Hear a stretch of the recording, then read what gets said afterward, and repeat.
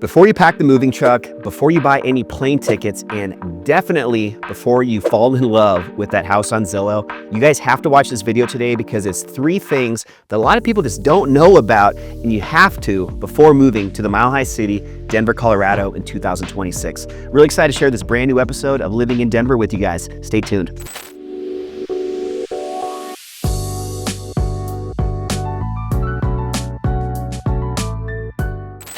I personally lived in Colorado my entire life, over 40 years, and I see this happening so often that I really just wanted to make a video specifically about some of these things that are really important to understand because it's different from what it was a few years ago here in Denver. Really quick, guys, my name's Adam Lang. If you have any questions while I go through the video today, feel free to reach out. I'd love to connect with you guys. So with that all being said, let's just jump right into the first of these 3 points, and that's the fact that Colorado actually recently surpassed 6 million residents.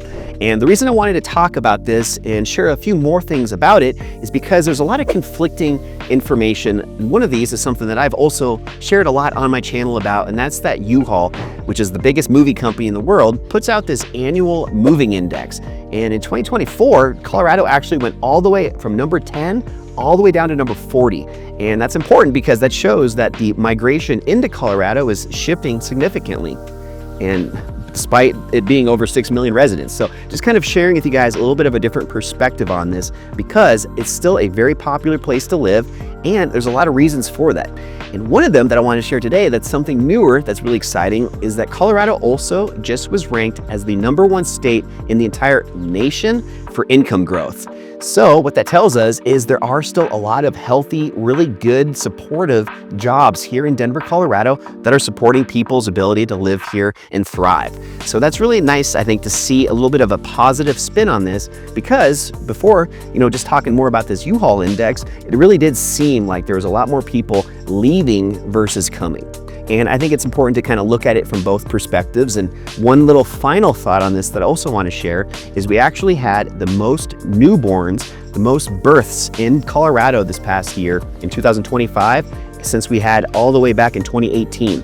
So it's been, what is that? I guess going on 6 to 7 years of decline. And then this past year, finally seeing a larger number there. And that's important because that's just showing us that a lot of families are still putting their roots down here in Colorado and they're here for the long term, hopefully. So some really good insights just to know about when it comes to, something about Colorado that you might not have known yet. So just to kind of close out this first point, what does it mean when we have over 6 million people and more families putting their roots down? Well, the way I look at it, it brings a lot more development, meaning that we have more restaurants, newer schools, just more parks and recreational opportunities with more people and more interest and demand coming to the state of Colorado.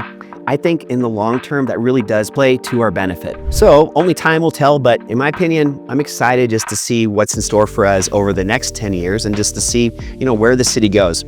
As I said earlier, I've been born and raised and lived my entire life here in Denver, Colorado and surrounding areas. I lived up in the mountains for a few years as well here in Colorado. But what I've loved to see is how, as we grow, as we expand, as the population gets to over 6 million people now, there are just so many more thriving opportunities and reasons for me personally just to live here.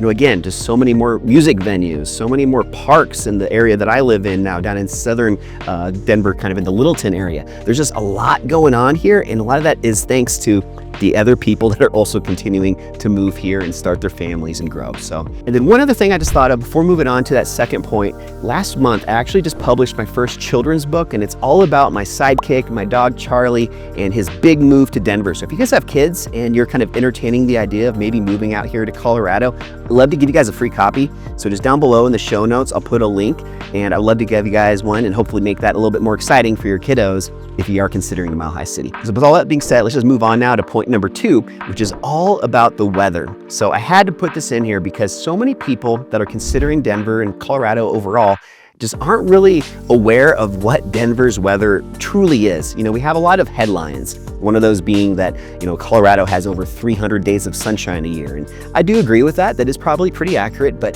there's so much more to it than just that. And I think a lot of people hesitate to move out to a mountain type environment like Colorado because they're concerned about the winters. or just in general, just the bad weather that we can have. It can definitely be more extreme, instead of a little, light dusting of snow like you might find where maybe you guys currently live.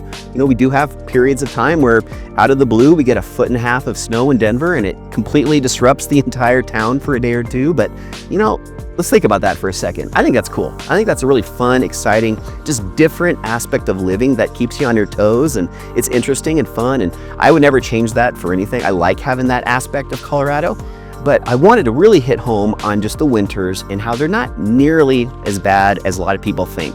In fact, I'd say they're actually probably in the top 5 or 10 states in the country just because of how quickly it improves. So just as an example, last week we actually had a period of snow. It was been a very weird winter out here in Colorado. We've actually had the most 60-degree or higher days in the winter months that we've ever had since it's been recorded. I think it's like going on over 100 years now.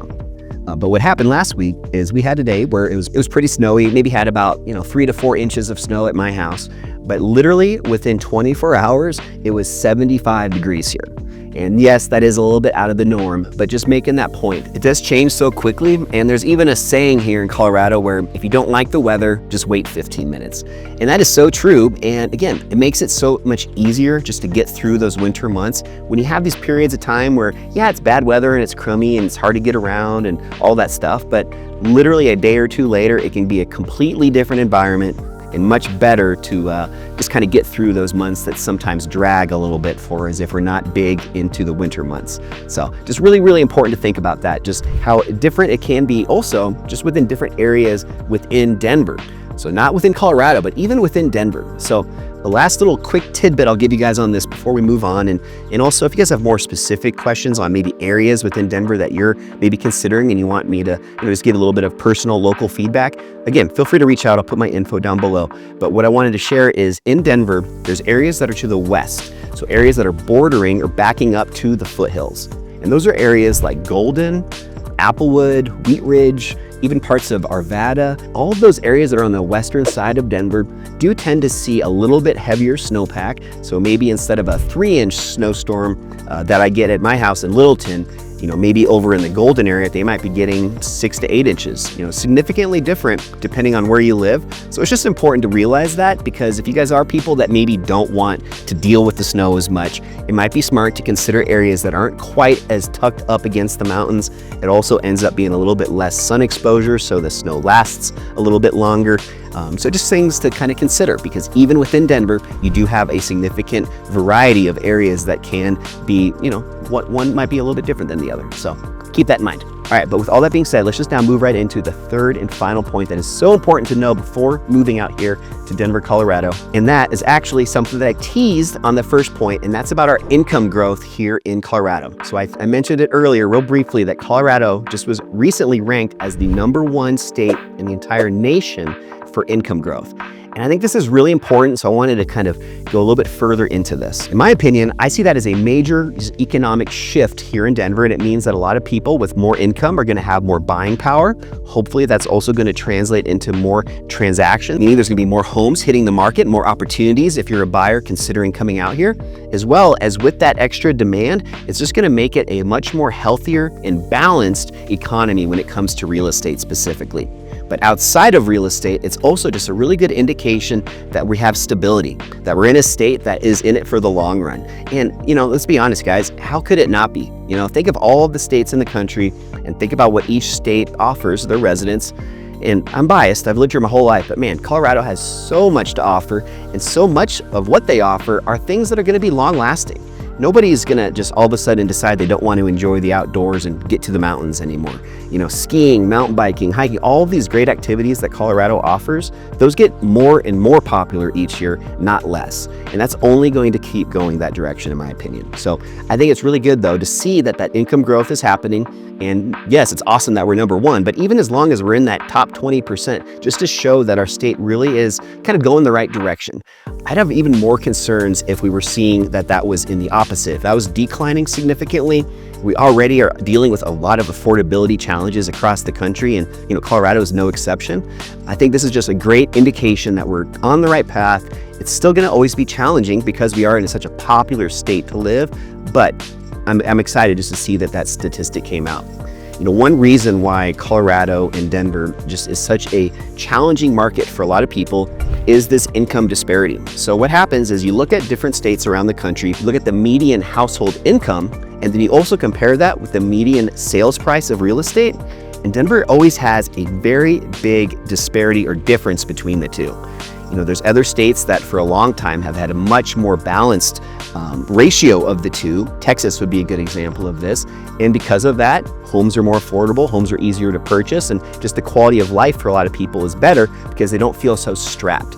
So Colorado and Denver have had a little bit of a reputation for being challenging in this regard, but it's getting better. So just wanted to share that with you guys as this third and final point, but also just to kind of put that cherry on the cake, just to let you guys know that, again, as a 42-year Colorado native, just to have that confidence that I'm sharing with you guys that I do think we're on the right path, and I'm excited to see what's in store in the future. So with all that being said, you guys, hope you got some value out of this one. I know it was kind of quick, and I just wanted to kind of hit a few points that are really, really big right now and things that a lot of people just aren't really aware of until I connect with them. So hope you got some value out of this one. Before we close out though, don't forget, every single month I have live, they're free, Denver homebuyer webinars. It's really more of a masterclass. We're not just talking about the home buying process, we're going deeper. We're sharing, strategies that are working today to make sure that you still can secure that dream home of yours, as well as making sure you get it at that appropriate price and just make sure you're getting the best deal possible. So we talk through all this in really, really good strategy and detail on the webinar. Go to denverwebinar.com if you want a ticket. Hopefully we'll see you guys on that one. But more than anything, just thank you so much for watching another episode of Living in Denver. Don't forget, hit that like and that subscribe button, and I'll see you guys next week on a brand new episode of Living in Denver. See you then. Bye.